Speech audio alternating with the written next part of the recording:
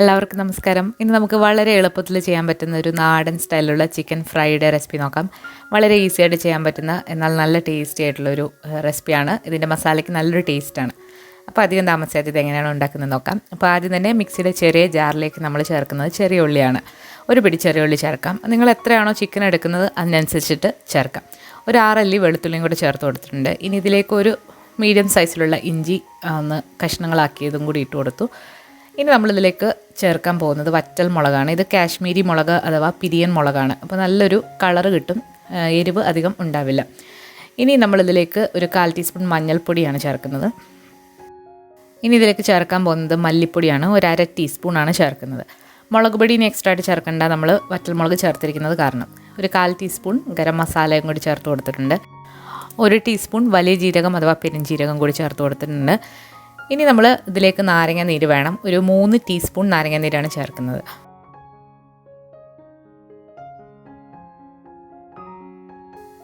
ഇതിലേക്ക് 1 table spoon വെള്ളം കൂടി ചേർത്ത് കൊടുത്ത് ആവശ്യത്തിനുള്ള ഉപ്പും കൂടി ചേർത്തിട്ട് നന്നായിട്ടൊന്ന് അരച്ചെടുക്കണം.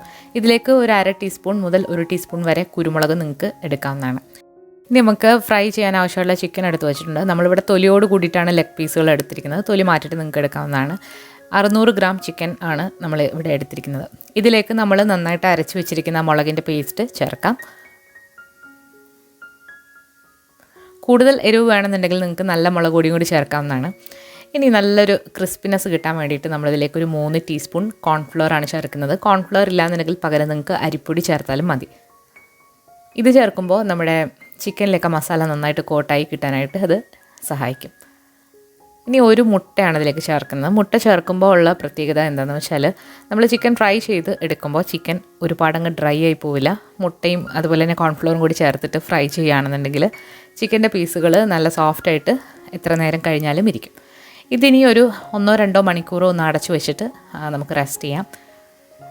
അപ്പോൾ നമ്മൾ അടുത്ത ദിവസത്തേക്കൊക്കെ ഉണ്ടാക്കാനാണെന്നുണ്ടെങ്കിൽ തലേ ദിവസമേ ഇങ്ങനെ ചെയ്ത് വെക്കുകയാണെന്നുണ്ടെങ്കിൽ വളരെ എളുപ്പമാണ്. ഇനി നമുക്കിത് ഫ്രൈ ചെയ്തെടുക്കാം. അതിന് വേണ്ടിയിട്ട് നമ്മൾ വെളിച്ചെണ്ണ അല്ലാന്നുണ്ടെങ്കിൽ സൺഫ്ലവർ ഓയിൽ ചൂടാക്കാനായിട്ട് വെച്ചിട്ടുണ്ട്.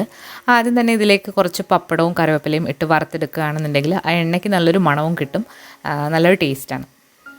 കുറച്ച് പപ്പടം എടുത്തിട്ട് ചെറുതായിട്ട് അരിഞ്ഞിട്ട് അതിലേക്ക് ഇട്ട് വറുത്തെടുത്തിട്ടുണ്ട്. അതുപോലെ തന്നെ കുറച്ച് പച്ചക്കറിവേപ്പിലയും. അപ്പോൾ ഇത് നമുക്കവിടെ മാറ്റി വെക്കാം. ഇനി നമുക്ക് ചിക്കൻ്റെ പീസുകൾ ഇടാം. ചിക്കൻ ഇടുമ്പോൾ നല്ല ചൂടിൽ വേണം തീ ഉണ്ടാവാനായിട്ട്. 1 മിനിറ്റ് കഴിയുമ്പോൾ നമുക്ക് തീ ഒന്ന് കുറച്ച് വെച്ചിട്ട് ഇത് മറിച്ചിടാം.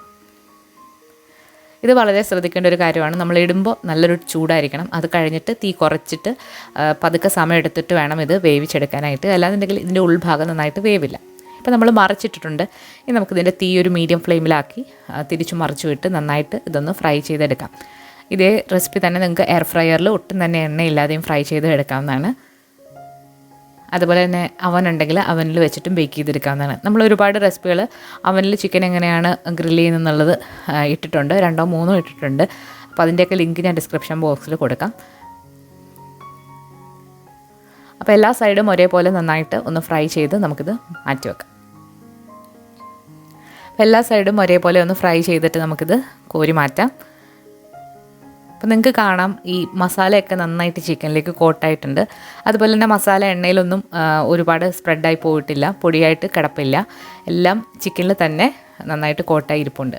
അപ്പോൾ എല്ലാവരും ഈ സ്റ്റൈലിൽ ചിക്കനൊന്ന് ഫ്രൈ ചെയ്ത് നോക്കണം. നല്ല ടേസ്റ്റ് ആയിട്ടുള്ളൊരു റെസിപ്പിയാണ്. അപ്പോൾ ഈ വീഡിയോ നിങ്ങൾക്ക് ഇഷ്ടമായാൽ ലൈക്ക് ചെയ്യാനും ഫ്രണ്ട്സിനോട് ഇന്ന് ഷെയർ ചെയ്ത് കൊടുക്കാനും മറക്കരുത്. പുതിയൊരു റെസിപ്പി വീഡിയോ ആയിട്ട് നമുക്ക് വീണ്ടും കാണാം. താങ്ക്